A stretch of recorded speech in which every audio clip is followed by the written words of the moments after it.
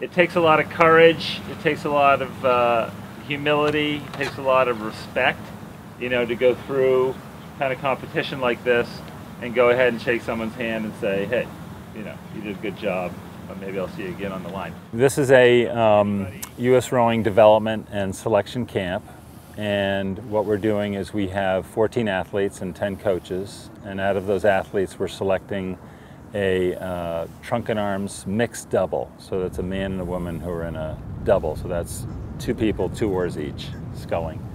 And then we have the arms and shoulder scullers, and male and female, and that's in a single, so that's 1 person, 2 oars each. And we're selecting the double for the trials, that'll go to the trials, and then we're just training the arms and shoulder singles. So their trials will be here April 18th, and the trunk and arms trials will be April 6th in Mercer, New Jersey. How do you find and recruit adaptive rowers for the Paralympics? Yeah, we advertise.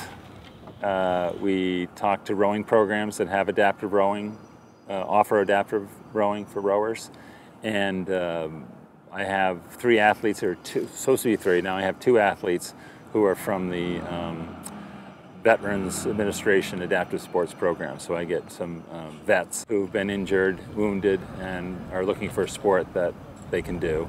And arms and shoulders or trunk and arms rowing is something they can do. So the VA has had $8 million they want to distribute to disabled vets and disabled armed forces.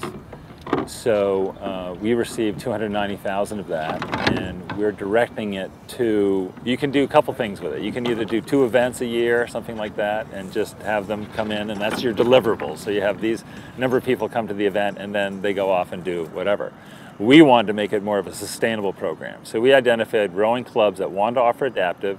We told them we'd use the money to get them equipment and help them find coaches, and we connected them with a local VA and US Rowing, so it's kind of a triangle thing, local club, VA, and US Rowing. And it's a sustainable program. So they come in, they join the community, they get support, they do their service, you know, it's about establishing a support network.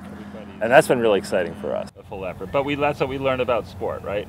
We're here to, you know, create a community of support, and everybody supports each other. We meet the vets there, and we introduce them to rowing. Maybe they were runners and they want something that'll get their heart rate up nice and high, and so they get on the rowing machine. Suddenly they're, you know, exerting the same amount of energy they would have if they were when they were running. So they look up and they say, this is what I want to do. And so we catch them that way, you know, we get them involved that way. But the VA has been extremely supportive, and Mike Welch, who runs the program, is an excellent guy, and so we're really excited about helping out the wounded vets. So we spent Monday, Tuesday, Wednesday, Thursday, and today trying out the different combinations of people. So 1 man, 1 woman is a mixed double, and we switched them each, and we ran them over 1,000 meters, and we took down the times for their 1,000-meter race.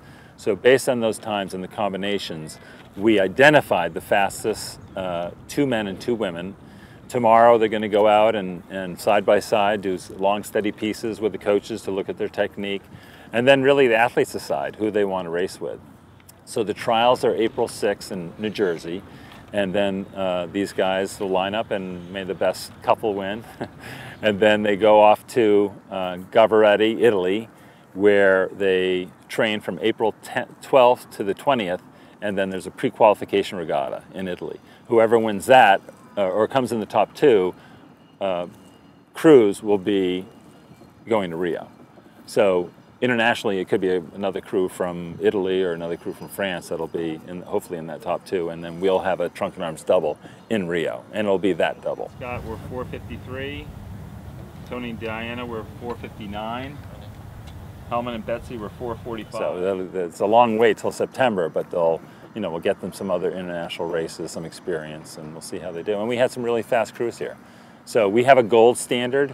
So 4 minutes gets you into the gold medal. And we had crews going here about 4:15, So between now and September, hopefully we can knock off 15 seconds and get these guys on the medal stand. But my job is judged on how many medals we win, which I'm an Olympic rower, so I kind of like that.